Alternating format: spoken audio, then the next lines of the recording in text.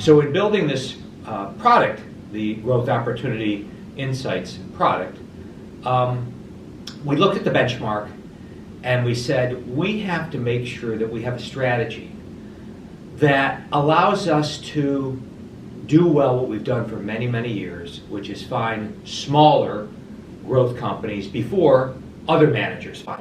In starting this product, it was making sure that we incorporated some of our best ideas as a firm that we find oftentimes earlier than the normal street does.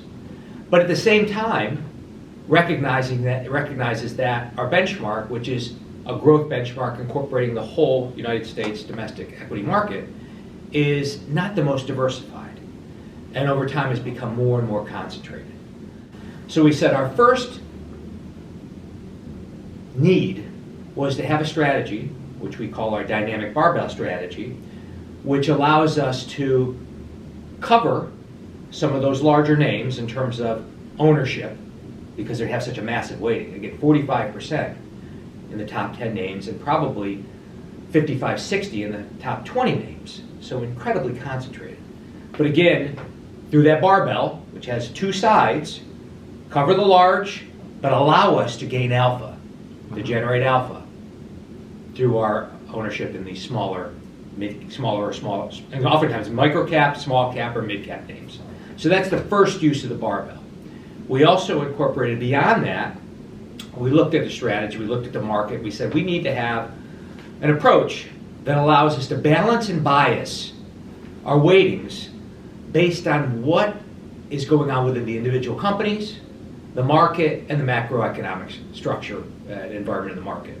So for example, sometimes you have a market that is more attuned and more beneficial, or for lack of a better term, favorable for secular growth names.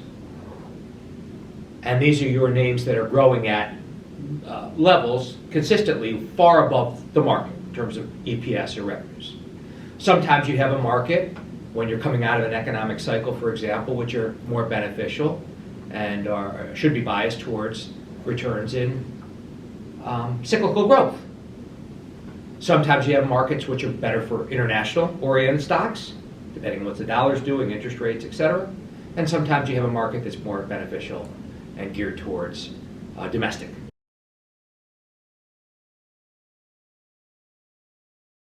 Overall, well, particularly in the last, if you look at the last 3 or 5 years, you went through a period of time in the 2015, 16 to 18 period where it was all about PE expansion. Mm-hmm. So you had Apple, without a lot of growth, Microsoft at that point in time, many of the large caps, that PEs expanded dramatically, but without growth. So as a fundamental manager, we're at a disadvantage. We are looking for, we believe earnings growth drives stock prices.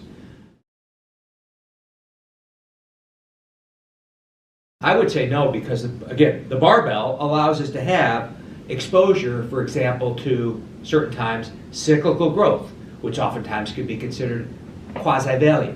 Could have exposure to higher dividend payers, which also could be considered quasi-value. The beauty of it is these are growth companies, but it's oftentimes trade at multiples that are below the market.